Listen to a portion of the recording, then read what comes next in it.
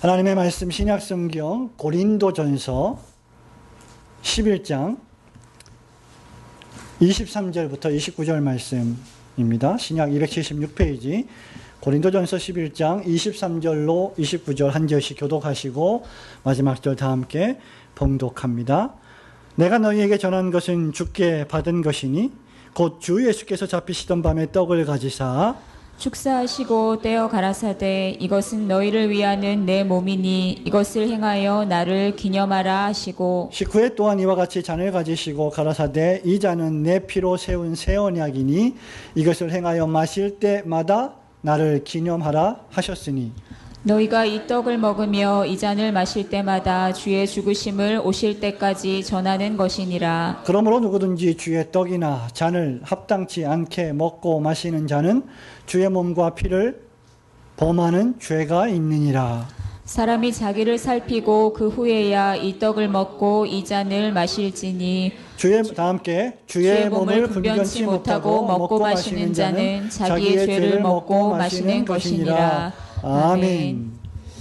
성찬 예식이 거행되고 있습니다. 목사와 장로가 배병을 하고 배잔을 합니다.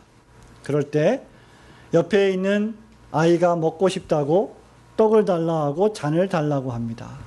그러니 그 떡과 그 잔을 받는 어머니가 그 자녀에게 떡을 주고 잔을 주려고 합니다. 만일 그렇다면 이것은 과연 성경적인 것입니까? 그렇지 않은 것입니까? 아이가 찡찡거린다고 주님의 떡과 주님의 잔을, 즉 성찬을 아이에게 줄 수 있습니까? 여러분, 이런 실질적인 문제들에 대해서 저와 여러분은 어떤 생각을 가지고 있느냐에 따라서 우리의 성찬의 개념이 결정이 되고 또 실제 우리의 신앙생활의 모습이 결정이 되며 그 결과 우리가 하나님의 말씀을 바르게 실천하고 있는지 그렇지 못한지가 결정될 것입니다. 하나님께서 우리에게 제정해 주신 하나님의 구속의 은혜를 받는 방편은 세 가지, 즉 말씀과 성례와 기도라고 한 바 있습니다. 이미 우리는 하나님의 말씀과 성례 가운데 첫 번째인 세례에 대하여 생각하고 공부한 바 있습니다. 이제 다음 주에 가면 은혜의 마지막 방편인 기도에 대해서 공부할 터이고 그 기도에 이어서 주기도문, 소요리문답 107문 마지막 문까지 이어지는 주기도문을 살펴보게 될 것입니다. 그리고 소요리문답을 마감하게 될 텐데 그 전에 오늘 성례의 두 번째 부분인 성찬에 대해서 주어진 본문을 통하여 살펴보게 됩니다. 소위 주님의 만찬, 주님이 베풀어 주신 식사자리라고 일컬어지는 이 성찬은 공관복음에 마태복음, 마가복음, 누가복음에 공히 기록이 되어 있는 말씀입니다. 마태복음 26장, 마가복음 14장, 누가복음 22장에 공히 주님이 제정하신 이 성찬 예식을 명시하고 있습니다. 사도 바울 역시 오늘 우리가 읽은 이 고린도전서 11장 본문에서 주님으로부터 받은 성찬 예식을 이렇게 거행해야 한다라고 고린도 교회에 증거하고 권면하고 명령하고 있습니다. 왜냐하면 고린도 교회가 이 성찬 예식을 남용하고 있었기 때문입니다. 이 성찬 예식을 바르게 시행하지 않고 있었기 때문이죠. 성도 여러분, 성찬식이라고 하는 것은 하나님의 은혜가 오는 방편, 즉 하나님께서 은혜를 베풀어 주시는, 은혜를 보내어 주시는 수단이요 도구가 되기도 하지만 교회 역사상 가장 많이 왜곡되고 가장 많이 오용되고 남용된 것 가운데 하나가 역시 또 성찬 예식이었습니다. 그렇기 때문에 오늘 우리는 소요리문답 40주차 설교를 통하여서 소요리문답 나누어드린 유인물 96문, 97문과 함께 고린도전서 본문을 통하여 성찬의 참된 의미를 분별하기를 소원합니다. 첫 번째, 은혜의 방편으로서의 성찬, 그것은 바로 예수 그리스도께서 제정하시고 명령하신 것입니다. 23절과 24절 말씀을 함께 읽도록 하겠습니다. 시작. 내가 너희에게 전한 것은 주께 받은 것이니 곧 주 예수께서 잡히시던 밤에 떡을 가지사 축사하시고 떼어 가라사대 이것은 너희를 위하는 내 몸이니 이것을 행하여 나를 기념하라 하시고. 아멘. 제96번 소요리 문답도 문답해 보도록 하겠습니다. 주님의 만찬은 무엇입니까? 주의 만찬은 그리스도의 제정에 따라 떡과 포도주를 주고받음으로 그리스도의 죽음을 나타내는 성례입니다. 합당한 수찬자는 육체와 정욕을 따라 참여하지 않고 믿음으로 그의 몸과 피 그리고 그의 모든 은덕에 참여하여 영적인 영향을 공급받아 은혜 안에 성장합니다. 아멘. 우리가 읽은 고린도전서 11장 23절, 24절 그리고 소요리 문답 제96문을 살펴보면 여기서 강조해야 될 세 가지가 있습니다. 첫 번째는 성찬 예식, 주의 만찬의 예식은 무엇보다도 예수 그리스도께서 제정하신 명령이라는 것입니다. 십자가에서 대속의 죽음을 당하시기 전 제자들을 불러서 예수님이 유월절 식사를 하셨습니다. 떡과 포도주를 미리 준비하시고 제자들과 함께 떼어 주시며 나누어 마시며 먹고 마시는 이 행위 자체를 그리스도께서 친히 준비하셨고 시행하셨다는 것은 대단히 중요합니다. 그뿐 아니라 24절 25절에 보면 이것을 받아 먹으라 이 잔을 받아 마시라 그리고 이것을 먹고 마심으로 나를 기념하라 계속되는 명령문의 형태로 성찬 예식을 명령하셨습니다. 말하자면 성찬 예식은 주님이 세우셨고 주님이 명령하셨다는 것입니다. 두 번째는 무엇입니까? 그렇기 때문에 성찬은 그리스도를 통하여서 사도와 교회들에게 전승된 것이라는 사실입니다. 23절 말씀을 보십시오. 바울이 말합니다. 내가 너희에게 어떻게 해요? 전한 것은 그 다음 말씀 주께 받은 것이니 사도 바울이 지금 고린도 교회 공동체에게 무엇인가 전달하고 있단 말이죠. 무엇인가를 나타내고 있다는 말입니다. 무엇인가를 시연하고 보여주고 있다는 것이죠. 그런데 그것은 자기 자신의 것이 아니라 그리스도로부터 받은 것이라는 말입니다. 23절에서 바울은 정확하게 이 성찬 예식이 자기 자신이 제정한 것이 아니라는 것을 밝히는 것입니다. 자기 자신이 갑자기 만들어낸 것도 아니라는 것을 말하는 것입니다. 교회에 이것이 필요하니까 교회 성장과 교회 부흥에 이런 것들이 좀 유익되다고 생각이 되니까 만든 것이 아니라 주님으로부터 받은 것임을 선언하고 있는 것입니다. 성도 여러분, 사람이 교회를 건설하고 운영해 나갈 때 만들어 놓은 전통이 있습니다. 규칙이 있습니다. 그 대표적인 것 가운데 하나가 헌법이요. 그 대표적인 것 가운데 하나가 교회 정관입니다. 헌법과 교회 정관도 그토록 목숨을 지키고 목숨을 걸어서 지키는데 생명의 주제이신 그리스도께서 친히 제정하시고 법제화하시고 그리고 뿐만 아니라 지켜라, 기억해라 라고 명령하신 것을 저와 여러분은 얼마나 더 소중하고도 간절하게 지켜야 하겠습니까? 세 번째는 무엇입니까? 그렇기 때문에 성찬 예식은 오고 오는 모든 진실한 교회들이 기념해야 할 예식이라는 사실입니다. 성찬 예식은 주님이 제정하시고 명령하셨고, 두 번째로 성찬 예식은 그리스도를 통해 사도가 교회들에게 전달한 것이고, 그렇기 때문에 세 번째로 교회는 그 전달받은 성찬 예식을 마땅히 수행해야 한다는 말입니다. 이것이 바로 주님이 제정하시고 명령하신 성찬 예식에 담겨 있는 세 가지 의미입니다.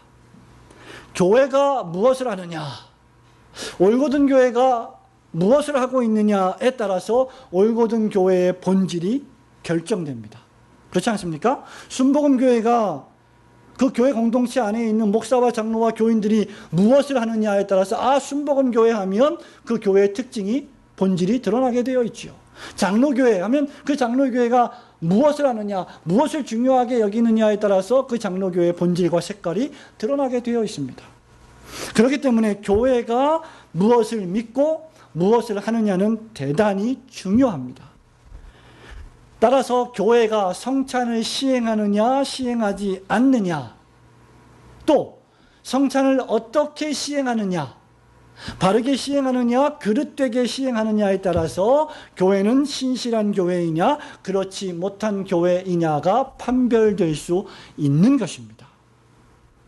그렇기 때문에 교회는 성찬을 합당하게 시행함으로 그들의 참된 교회됨을 드러내게 되어 있는 것이죠. 하나님께서는 구약시대에, 신약시대 이전에, 예수님이 오시기 이전 시대에 구약의 성도들에게 어떤 것을 명령을 하셨습니까? 많은 것을 명령을 하셨는데 하나님의 백성이 되는 표지로서 대표적인 두 가지를 명령하셨습니다. 만지 8일 만에 남자아이들에게 모두 다 행하는 할례와 모든 백성들이 함께 드려야만 되는 제사를 명령하셨습니다. 그러나 그리스도 예수께서 오신 신약시대 이후에는 더 이상 저와 여러분이 할례를 행하지 않지요? 더 이상 제사를 지내지 않습니다. 이미 말씀드린 바와 같이 예수 그리스도께서 오신 이후에는 사도들을 통하여서 세례와 성찬을 명령하셨습니다. 너희는 모든 족속으로 가서 모든 족속으로 어떻게 해요? 아버지와 아들과 성령의 이름으로 제자를 삼아서 세례를 주고 내가 가르쳐 분부한 모든 것을 가르쳐 지키게 하라. 세례를 명령하셨습니다. 오늘 본문 말씀에 떡을 받아 먹으라,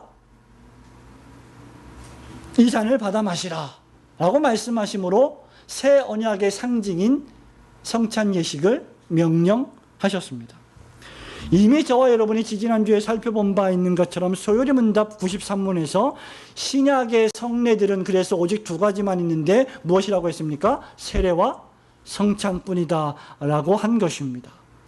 진실한 신자는 할례와 제사를 통하여 자기 자신을 매 주일마다 하나님 앞에 드리듯이 세례와 성찬을 통하여 자신이 그리스도의 죽음을 통하여는 죄에 대하여 죽고 그리스도의 부활을 통하여서 의에 대하여 다시 사는 은혜를 믿음으로 기억하고 받기 위하여 성찬을 시행하고 그 성찬에 참여해야만 합니다. 그러므로 그리스도께서 명령하신 바를 믿음으로 행하는 올곧은 성도들이 되시기를 주님의 이름으로 축원합니다. 두 번째, 은혜의 방편으로서의 성찬은 그리스도의 죽음을 상징하는 표지입니다. 성찬은 그리스도의 죽음을 나타내는 특색 있는 표지라 그 말입니다. 24, 25, 26절 말씀을 함께 읽습니다. 축사하시고 시작. 축사하시고 떼어 가라사대 이것은 너희를 위하는 내 몸이니 이것을 행하여 나를 기념하라 하시고 식후에 또한 이와 같이 잔을 가지시고 가라사대 이 잔은 내 피로 세운 새 언약이니 이것을 행하여 마실 때마다 나를 기념하라 하셨으니 너희가 이 떡을 먹으며 이 잔을 마실 때마다 주의 죽으심을 오실 때까지 전하는 것이니라. 아멘. 본문에 따르면 성찬을 대할 때 세 가지를 기억해야 한다는 것입니다. 첫째로 이것이 교회를 위한 몸이라는 것이죠. 작게는 신자 개인, 나 자신을 위한 몸, 나 자신을 위한 그리스도의 찢기신 살을 상징한다는 겁니다. 넓게는 교회를 위한 그리스도의 몸이라는 것이죠. 두 번째는 교회를 위한 그리스도의 흘리신 피라는 것입니다. 세 번째는 결론적으로 그래서 이 그리스도가 찢기우시고 흘리신 이 피와 살, 몸과 피는 무엇을 상징하느냐? 예수 그리스도의 죽음을 통한 구속의 은덕들을 상징한다는 것입니다. 그렇기 때문에 저와 여러분이 성찬을 대할 때 교회를 위한 그리스도의 구속의 은덕을 생각해야만 합니다. 그런데 여기 96문에 보면 합당한 수찬자는 육체와 정욕을 따라 참여하지 않는다라고 했습니다. 여러분 나눠드린 유인물 96문의 답에 보면 주의 만찬은 그리스도의 제정에 따라 떡과 포도주를 주고받음으로 그리스도의 죽음을 나타내는 성례입니다. 그 다음에 합당한 수찬자는 즉 성례를 받는 사람들, 신자들은 합당하게 받아야 하는데 어떤 것이 합당하게 받는 것이냐? 부정적으로 어떻게 받는 것입니까? 육체와 정욕을 따라 참여하지 않고라고 했습니다. 여러분 이게 무슨 말일까요? 육체와 정욕을 따라 참여하지 않는다. 이 말이 무슨 말입니까? 29절에 보면 11장 29절에 보면 주의 몸을 분변치 못하고 먹고 마시는 자입니다. 성경적으로 말하자면 주의 몸을 분변치 못하고 먹고 마시는 게 육체와 정욕을 따라 참여한다는 것입니다. 근데 이 말이 무슨 말이냐? 좀 더 설명하면 저와 여러분이 실제로 먹고 씹고 마시고 음미하는 것은 무엇입니까? 성찬식에서 떡과 포도주죠. 그죠? 저와 여러분은 떡을 먹고 떡을 씹고 또 포도주를 마십니다. 그러나 주님의 살과 주님의 피를 육신적으로 먹고 마신다는 것을 뜻하지 않는다는 것이죠. 주님의 떡과 주님의 잔을 육체적으로 정욕적으로 참여한다는 말은 그 떡이 주님의 육체, 주님의 피인 것처럼 생각하며 먹고 마시는 방식을 의미합니다. 그래서 소요리문답 96문은 성찬을 어떻게 받아야 된다고 했습니까? 합당한 수찬자는 육체와 정욕을 따라 참여하지 않고 그 다음 어떻게 해요? 믿음으로. 그러니까 이 떡과 이 잔을 먹고 마실 때 내가 예수님의 실제 살을 먹는구나. 그렇게 생각하는 분이 안 계시겠죠, 우리 교회는. 예수님의 실제 피를 마시는구나가 아니라 이것을 믿음으로 먹고 마신다는 것입니다. 그런데 믿음으로 먹고 마신다는 것이 그럼 과연 뭐냐? 바로 이 지점에서 소요리문답 96문이 믿음으로 받는다고 했는데 바로 이 지점에서 수많은 교회들이 오류에 빠지는 것이죠. 대표적으로 로마 가톨릭 교회가 바로 이 지점에서 오류에 빠졌습니다. 소위 그들은 어떤 교리를 가지고 있습니까? 화채설이라고 불리는 것이죠. 화채설이 뭡니까? 영어로 transubstantiation이라고 불리는 건데 한자로 말하면 좀 문자적으로 말하면 몸으로 변화가 된다. 좀 더 노골적으로 말하면 육신으로 육체로 화한다 그 말이에요. 저와 여러분이 주님의 떡과 주님의 잔을 받아들고 먹는 순간, 마시는 순간, 바로 그 순간 주님의 그 실제 살과 피가 그 떡과 포도주로 들어가서 완전히 그 본질을 바꾸어 버린다는 겁니다. 본질이 바뀐다는 것이죠. 아까 말씀드린 대로 문자적으로 정의하면 화채, 즉 몸으로 변화한다는 것입니다. 떡과 포도주의 본질이 주님의 육체와 육신과 주님의 혈, 주님의 피로 변화한다는 교리가 바로 화채설입니다. 그래서 로마 가톨릭 교회는 이것을 가리켜서 뭐라고 부르느냐? 미사의 기적이다. The miracle of mass. 미사의 기적이다. 이 성례라고 하는 미사, 성찬이라고 하는 성례 성사를 집행할 때 주님의 살과 주님의 피로 실제로 변화가 되는 놀라운 기적을 신자들이 경험한다는 것입니다. 여러분 이것이 로마 가톨릭 교회의 성찬 교리인데요. 가톨릭 교회가 이것을 주장한 이유가 무엇입니까? 성찬을 통하여서 주님의 은혜와 주님의 의가 신자들의 영혼 속에 주사기로 바늘을 찔러서 무언가 주입시켜 주듯이 하나님의 은혜와 의가 성찬이라고 하는 그 떡과 포도주를 통해서 우리 몸에 들어온다고 주장하기 때문입니다. 은혜의 주입설이죠. 이것이 뭐냐? 자동적으로 여러분의 상태와 관계없이 떡을 받는 자는 자동적으로 주님의 몸이 우리 안에 들어와서 우리를 거룩하게 바꾸어 버린다는 것이죠.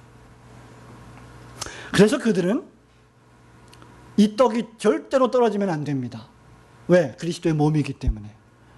그래서 개혁교회 성찬 예식은 떡을 떼지요. 그러나 현대교회가 뭐 숫자도 많고 뭐 편리함을 추구해서 사실은 떡을 떼야 맞는데 미리 잘라놓고 떡을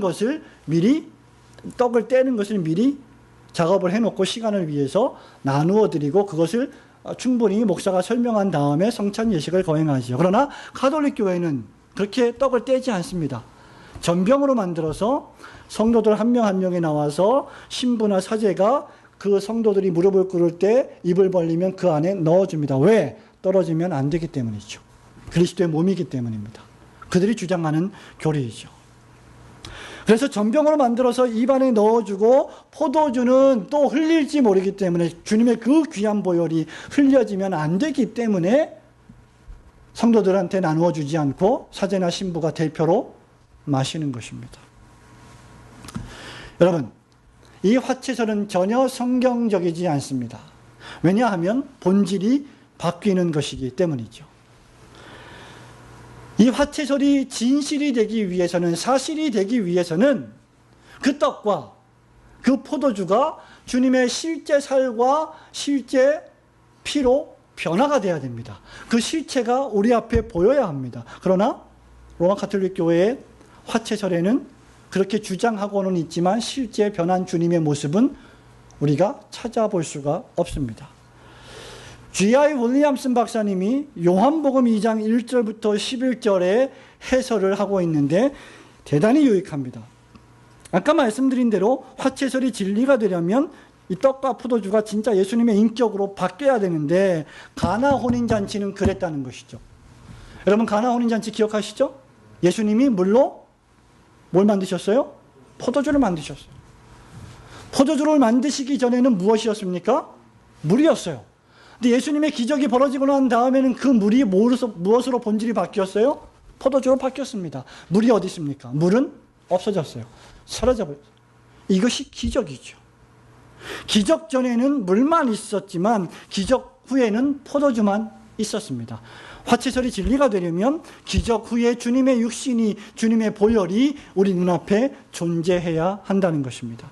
그러나 그런 일은 존재하지 않습니다. 로마 가톨릭 교회의 화채설은 주님을 계속하여 죽이는 아주 잘못된 교리라고 할 수 있습니다. 여러분, 이와 유사한 교리가 바로 루터파 교회의 공제설이라고 하는 교리입니다. co-existentialism. 공제설은 뭘까요? 화채설과 달리 동시적으로 무엇인가가 존재한다는 것입니다. 공제설은 화채설과 달리 본질 자체가 변화하는 게 아니에요. 떡과 잔은 그대로입니다. 그럼 뭐냐? 주님의 살과 주님의 피가 그 떡과 포도주 안에 들어와서 존재하신다는 겁니다. 변화되는 게 아니라 함께 있다는 것이죠. 떡과 포도주가 배잔될 때 여전히 떡과 포도주이지만 그 안에 주님의 영과 육신이 동시에 임한다는 말입니다. 주님의 육신과 영은 절대 분리적으로 임하지 않습니다. 성도 여러분, 이건 역시 전혀 바람직한 설명이 아닙니다. 예수 그리스도께서는 육신의 몸으로 부활하여 부활체로 변화되어서 하나님의 보좌 우편에 좌정하고 계십니다. 그분이 육신 따로, 그분이 영혼 따로 떡을 먹을 때, 잔을 마실 때 분리되어서 그 잔에, 그 떡에 임재하시지 않습니다. 말도 안 되는 그런 교리입니다.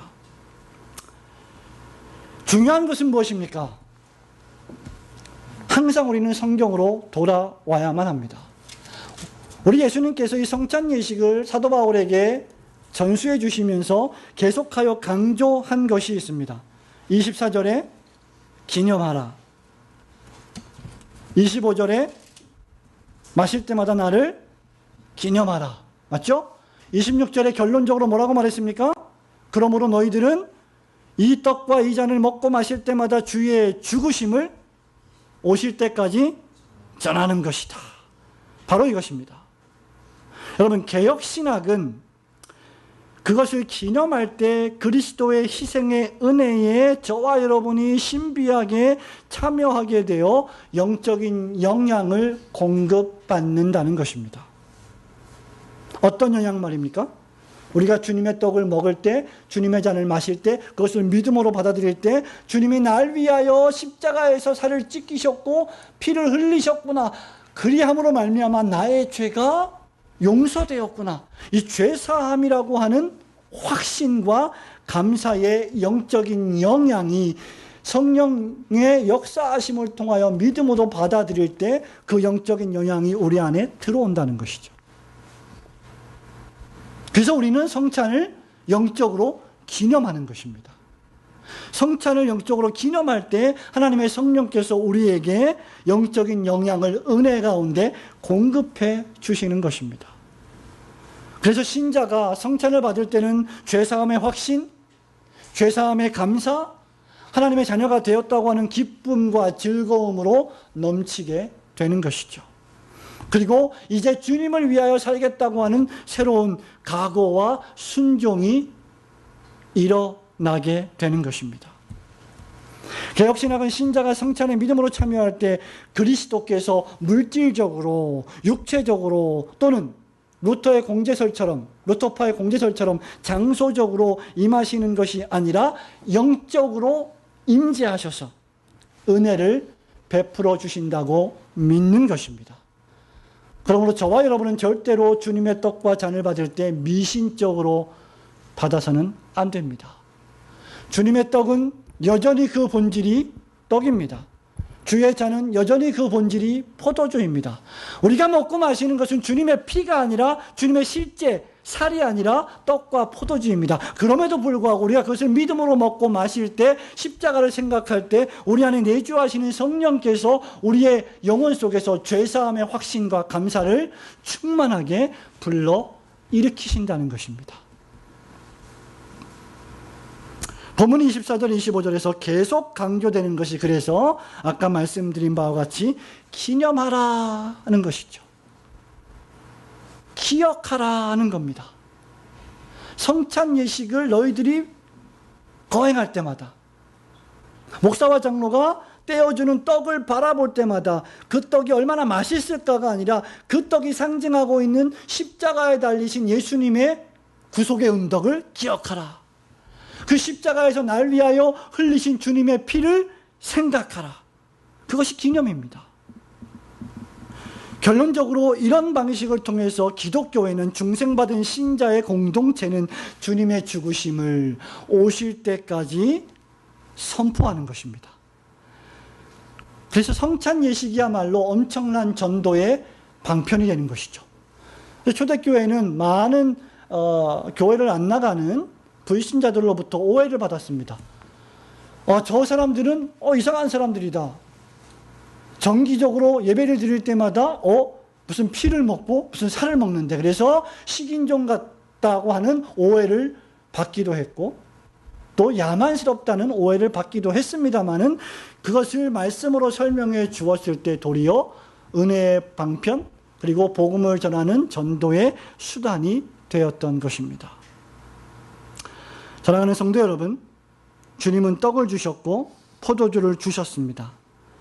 주님은 제자들에게 이것이 내 육신이다, 당신의 육신을 떼어주신 것이 아닙니다. 몸에 흐르는, 혈관에 흐르는 피를 주신 것이 아닙니다. 이것을 기념할 때 주님께서는 내주하시는 그리스도의 영을 통해 우리에게 특별히 임재하셔서 은혜를 베푸시는 것입니다.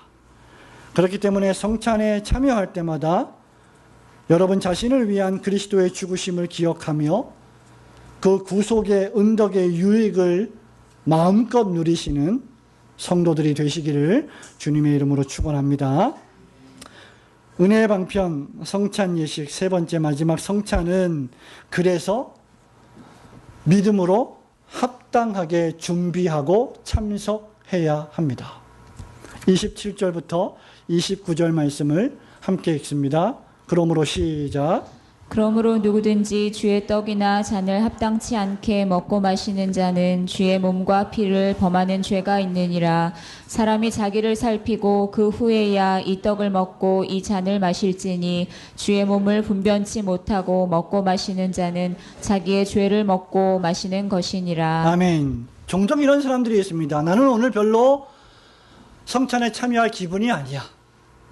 나는 요즘 경건 생활을 잘 못하기 때문에 성찬에 참석 안 했으면 좋겠어 라고 생각하는 사람들이 있습니다.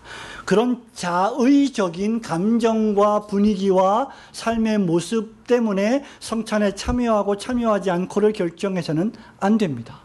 저와 여러분이 성찬에 참여해야 될 이유와 성찬에 참여하지 않아야 될 이유를 우리는 분명히 성경에서 또는 성경을 상세하게 설명해 주고 있는 교리문답서에서 신앙고백서에서 공부해야만 합니다. 자, 97번 소요리 문답을 문답해 보도록 하겠습니다. 제97문, 주의 만찬에 합당하게 참여하기 위해 요구되는 것들은 무엇입니까? 답 시작. 주의 만찬에 합당하게 참여하는 자들에게 요구되는 것은 지식을 따라 주님의 몸을 분별하고 주님을 통해 영적인 영향을 공급받는 믿음과 회개와 사랑과 새로운 각오가 자신에게 있는지를 살피며 합당하지 않게 먹고 마심으로써 심판을 자초하지 않도록 해야 합니다. 아멘. 개혁신앙에 있어서 여러분, 특히 장로교 신앙에 있어서 성찬에 참여하는 자의 준비가 대단히 중요하게 강조되어 있습니다.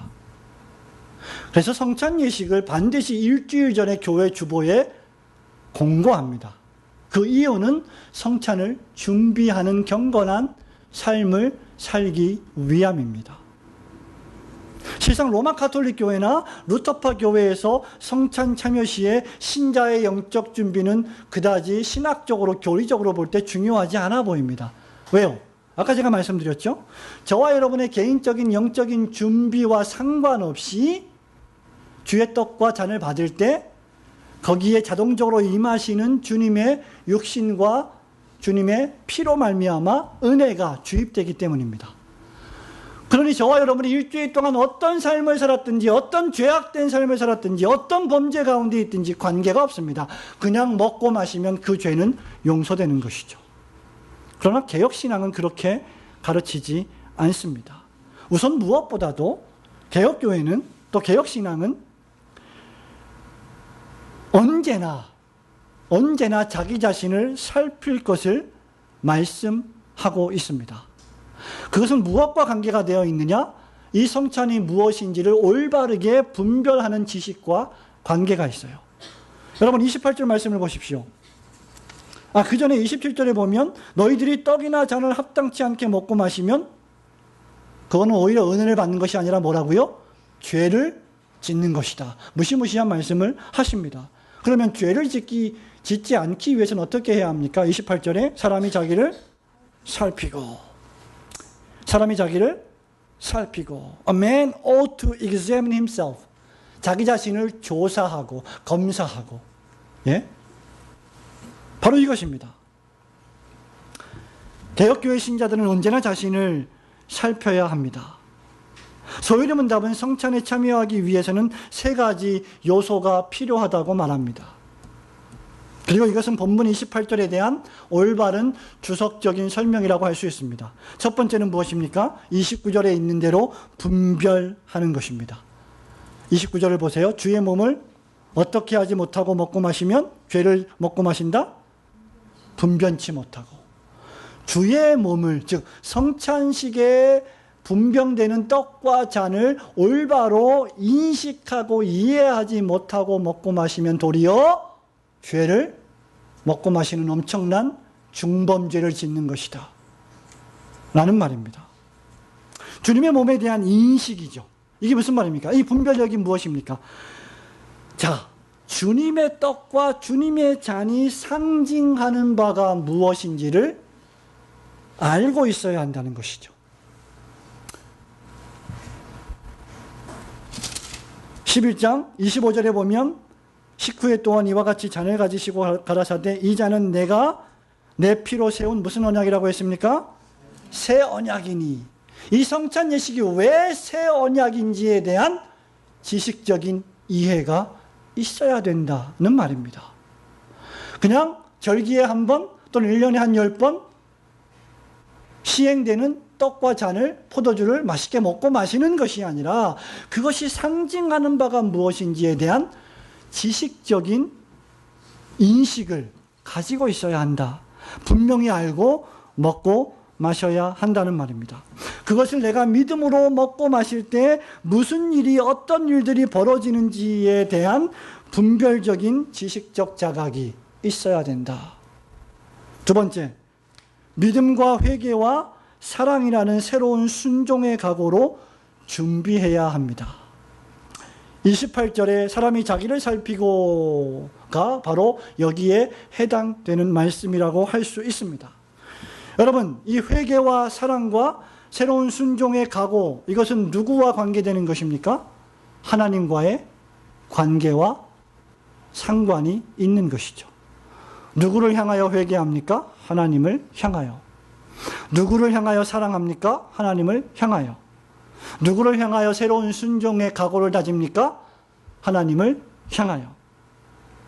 하나님은 저와 여러분에게 겸손하게 통회하고 죄를 자복하고 은혜를 구하는 심령을 요구하십니다.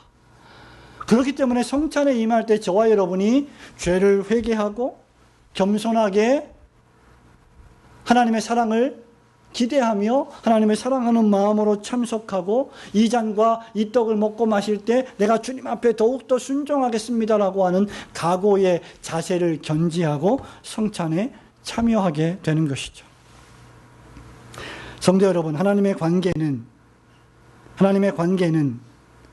삶에서의 순종으로 나타나게 되어 있습니다. 저와 여러분이 하나님과의 관계를 어떻게 잘 정립하고 있는지는 다른 사람들에게 그 하나님과의 관계가 잘 드러나지 않습니다. 그러나 여러분들이 하나님과 관계를 잘 맺고 있는지 드러나고 있는 국면이 있는데 그것이 뭐냐면 여러분의 개인적인 삶의 모습입니다. 교회 안에서, 교회 밖에서 신자와 불신자를 대할 때 저와 여러분이 어떻게 생각하고 말하고 행동하는지에 따라서 하나님과의 관계가 드러난다는 말입니다. 좀 더 노골적으로 말하면 하나님을 사랑하는 사람은 이웃을 사랑하는 삶의 모습을 통하여 하나님 사랑이 증명된다는 것이죠. 시편 51편 16절 17절에서 시편 기자가 이렇게 말합니다. 주님은 제사를 즐겨 아니하시나니 그렇지 않으면 내가 드렸을 것이다. 주는 번제를 기뻐 아니하시나이다. 하나님이 구하시는 제사는 무엇이라고요? 상한 심령이라. 하나님이여 상하고 통회하는 마음을 주께서 멸시치 아니하시리이다 라고 했습니다. 그렇기 때문에 성찬에 참여하려는 자는 회개해야 합니다. 그리고 하나님을 뜨겁게 사랑하는 마음을 지녀야 합니다. 그리고 성찬 예식을 받기 전과 받은 이후에 동일한 자세를 가지고 하나님 앞에 새로운 순종을 각오하는 마음으로 살아내야만 합니다. 그러면 세 번째가 무엇입니까? 27절 말씀에 보면 성찬에 대한 합당한 대우, 성찬에 대하여 합당하게 대우하려는 자세를 가지고 있어야 합니다. 27절에 보면 그러므로 누구든지 주의 떡이나 잔을 어떻게 해요? 합당치 않게 먹고 마시는 자. 뭐예요? 예의를 갖추라는 말입니다. 예법을 갖추라는 말입니다. 저희 집은 전통적으로 친척이 아주 많습니다. 저희 작은아버님들이 아주 많아요. 그래서 전통적으로 제사를 지냈고 명절 때가 되면 한 100여 명의 친지들이 고향에 모입니다. 우리 고향이 운정이었는데요. 고향에 모이면 제사를 지내요. 제사를 지내는데 이 제사의 예법이 얼마나 철두철미하고 얼마나 복잡하냐면 제사를 지내는데 한 1시간 정도 걸립니다. 왜? 할아버지, 고조할아버지, 증조할아버지, 돌아가신 선친들을 다 예법에 따라서 향을 피우고 절을 해야 되니까 시간이 많이 걸립니다. 그죠? 제사를 지낼 때 예법을 따라서 합당하게 제사하죠. 대충 제사 지내고 밥 먹지 않지 않습니까? 성찬을 대할 때 저와 여러분이 합당한 자세로 대해야 한다는 말이죠. 이것은 자격을 말하는 것이 아닙니다. 이것은 자세를 뜻하는 겁니다. 자격과 자세는 다릅니다. 성도 여러분, 저와 여러분이 아무리 자격이 있어도요, 사실 자격도 없지만 아무리 자격이 있어도 자세가 되어 있지 않으면 아무것도 할 수 없습니다. 즉 바른 자세를 취하지 않으면 자격은 소용이 없다는 말입니다. 사실 주님의 만찬에 참여할 자격이 있는 사람이 저와 여러분 중에 누가 있겠습니까? 로마서 3장 10절의 말씀을 인용하지 않더라도 이 세상에 의인은 없나니 한 명도 없습니다. 모두 죄인입니다. 그러므로 성찬에 참여할 자격이 있는 사람은 한 명도 없습니다. 하나님의 은혜가 아니고서는 자격 있는 자는 존재하지 않습니다. 그렇기 때문에 저와 여러분은 은혜로만 성찬 예식에 참여하는데, 바로 그렇기 때문에 하나님의 은혜로 성찬 예식에 참여하기 때문에 그 은혜 받은 사람의 자세를 갖추어야 하는 것이죠. 그것이 뭐예요? 주님의 떡과 잔을 합당하게 먹고 합당하게 마시는 겁니다. 법적으로 맞고 법적으로 마시는 것이죠. 그것이 무엇입니까? 바른 분별력, 아까 말씀드린 대로 믿고 사랑하고 회개하고 순종하겠다고 하는 새로운 각오, 그리고 성찬을 바르게 대하겠다고 하는 마음의 태도와 자세, 이것입니다. 그렇기 때문에 성찬 예식에 참여할 때 저와 여러분은 성찬식이 무엇을 의미하는지에 대한 지식이 있어야 되고, 첫째, 지식이 있어야 하고, 둘째, 바른 관계가 있어야 합니다. 세 번째, 그에 따른 합당한 자세를 갖추어야만 합니다. 성찬식이 거행될 때마다 저와 여러분이 타성에 젖어서 늘 하는 성찬식으로 생각하여 아무 준비 없이, 아무 분별 없이 자기를 살피지 않고 먹고 마시지 아니하며 바른 분별력과 새로운 각오와 합당한 태도로 임하시는 성도들이 되시길 주님의 이름으로 축원합니다. 사랑하는 성도 여러분, 말씀을 맺습니다. 요한복음 13장 8절에서 예수님이 제자들의 발을 씻겨주십니다. 그러자 당황한 기색이 역력했던 수제자 중에 수제자 베드로가 주님은 절대로 내 발을 씻기실 수 없습니다 라고 말합니다. 그러자 우리 주님이 뭐라고 말씀하십니까? 요한복음 13장 8절에요. 대답하시되 내가 너를 씻기지 아니하면 내가 나와 상관이 없느니라 고 했습니다. 교회를 다니는 신자가 성찬에 참여하지 아니하면 그리스도와 상관이 없는 자입니다. 교회를 다니는 신자가 성찬에 참여한다는 것은 나는 그리스도와 상관하는 사람입니다. 나는 그리스도의 것입니다. 나는 그리스도에 소속된 자입니다. 나는 크리스티아노스, 그리스도인입니다 라는 것을 선포하는 것이죠. 그리스도의 십자가가 아니면 나는 존재할 필요가 없는 사람입니다 라는 것을 인정하고 고백하는 것이 성찬 예식입니다. 주님은 성찬 예식을 통하여서 여전히 우리에게 은혜를 베푸시고 우리에게 남아있는 연약한 죄를 씻어내시고 용서하시고 새로운 순종할 각오와 힘과 용기를 공급하여 주십니다.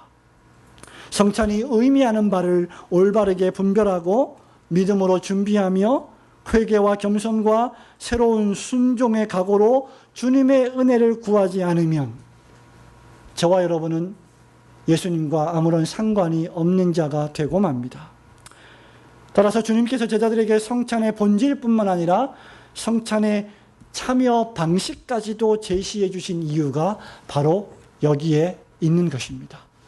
우리 올고든교회 성도들은 1년에 약 9차례의 성찬 예식을 거행하게 됩니다.